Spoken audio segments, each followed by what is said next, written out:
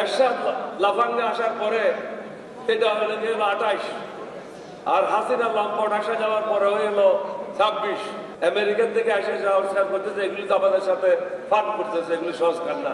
প্রত্যেকটা ক্যান্টনমেন্টে গিয়ে আমরা নিরস্ত্রভাবে গিয়েছি, তাদেরকে বুঝিয়েছি ভারতের ফাঁদে পড়ো না, বাংলাদেশের হয়ে কাজ করো, বাংলাদেশের জন্য কাজ করো, ভারতের দালাল হিসেবে নয়, বাংলাদেশের দালাল হিসেবে কাজ করো। শহীদ রাষ্ট্রপতি জিয়াউর রহমান ছিল আউট এন্ড আউট একজন বাংলাদেশি, তিনি অন্য দেশে দালালি করে নাই, তিনি শুধু বাংলাদেশের জন্য কাজ করেছে।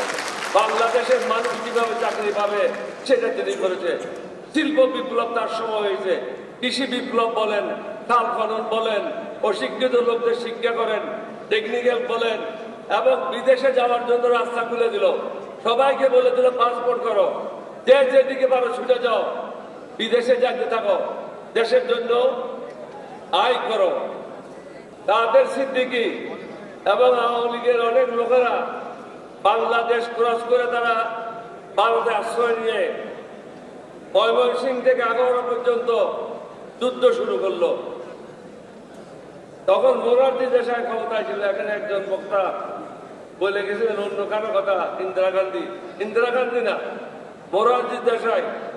মোরারজি দেশাইয়ের সাথে আমাদের মিটিং হয়, আমি শহীদ রাষ্ট্রপতি জিয়াউর রহমানের সাথে ছিলাম লন্ডনে 1996-76। ওই মিটিং এ শহীদ রাষ্ট্রপতি জিয়াউর রহমান বলেছিল, আপনি আমাদের বন্ধু রাষ্ট্রপতি হন, আপনি কিভাবে কাদের সিদ্দিকী এবং আওয়ামী লীগের লোকদেরকে অস্ত্র গোলা বারুদ দিয়ে আমাদের বিরুদ্ধে যুদ্ধ করার জন্য লাগাই দিয়েছেন। মোরারজি দেশাই তখন উত্তরে বলেছিল, আমি এগুলি কিছুই জানি না, তবে নেক্সট মিটিং আপনার সাথে যখন হবে সবকিছু উত্তর আপনাকে দেব। নেক্সট মিটিং হয়েছিল সিডনিতে একটা হোটেলের 16 তলায়।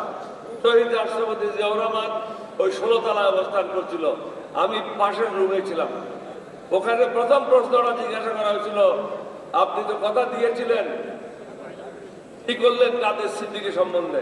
তখন উনি বললেন, আমি সরকারকে হুকুম দিয়েছি বাংলাদেশের কোন সন্ত্রাসীদেরকে ভারতে আশ্রয় দেওয়া হবে না, তাদেরকে ভারত ছেড়ে চলে যাওয়ার জন্য বলেছি। তখন কিন্তু এই ওয়ার্কিং রিলেশনশিপটা জিয়াউর রহমান সাহেবের সময় হয়েছিল। শেখ মুজিবের সময় ফরাক্কার পানি বন্ধ হয়ে গেছিল। জগজীবন রাম ঢাকায় এসেছিল, তাকে সারাদিন আমরা বিভিন্ন অজুহাতে আটকায় রাখলাম ওইটা না, মানে একটা মিটিং এ ব্যস্ত রাখলাম। শেষ পর্যন্ত রাজি হলো বাংলাদেশকে 34 কিউসেক পানি দেবে, 1000 কিউসেক। যেটা এরশাদ লাফাঙ্গে আসার পরে সেটা হলো 28, আর হাসিনা লম্পট আসা যাওয়ার পরে হলো 26, অর্থাৎ আস্তে আস্তে কমতে শুরু করলো। বাকি নদীগুলির পানিও বন্ধ হলো।